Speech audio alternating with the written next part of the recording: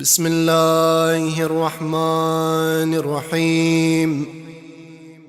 اللهم صل على محمد وآل محمد. السلام عليك يا وارث آدم صفوة الله. السلام عليك يا وارث نوح النبي الله. السلام عليك يا وارث إبراهيم خليل الله. السلام عليك يا وارث موسى كليم الله. السلام عليك يا وارث عيسى روح الله. السلام عليك يا وارث محمد حبيب الله. السلام عليك يا وارث علي أمير المؤمنين ولي الله. السلام عليك يا وارث الحسن الشهيد سبط رسول الله. السلام عليك يا ابن رسول الله. السلام عليك يا ابن البشير النذير وابن سيدي الوصيين. السلام عليك يا ابن فاطمة سيدتي نساء العالمين. السلام عليك يا أبا عبد الله. السلام عليك يا خيرة الله وابن خيرته. السلام عليك يا ثار الله وابن ثاره. السلام عليك أيها الوتر الموتور.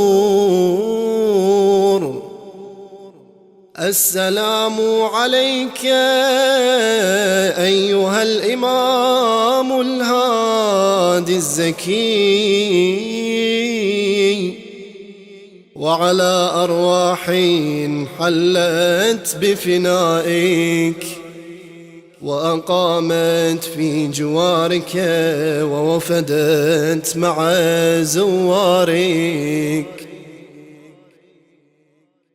السلام عليك مني ما بقيت وبقي الليل والنهار، فلقد عظمت بك الرزية وجل المصاب في المؤمنين والمسلمين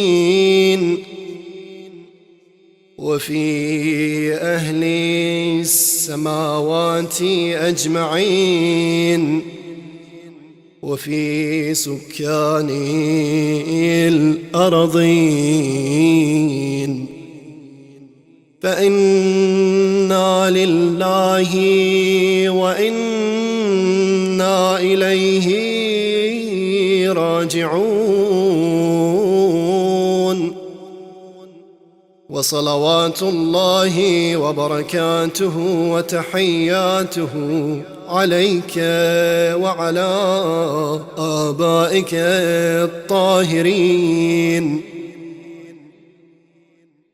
الطيبين المنتجبين، وعلى ذراريهم الهداة المهديين. السلام عليك يا مولاي وعليهم وعلى روحك وعلى أرواحهم وعلى تربتك وعلى تربتهم. اللهم لقهم رحمة ورضوانا روحا وريحانا. السلام عليك يا مولاي يا أبا عبد الله يا ابن خاتم النبيين ويا ابن سيد الوصيين ويا ابن سيدتي نساء العالمين. السلام عليك يا شهيد يا ابن الشهيد يا أخ الشهيد يا أبا الشهداء. اللهم بلغه عني في هذه الساعة وفي هذا اليوم وفي هذا الوقت وفي كل وقت تحية كثيرة وسلاما.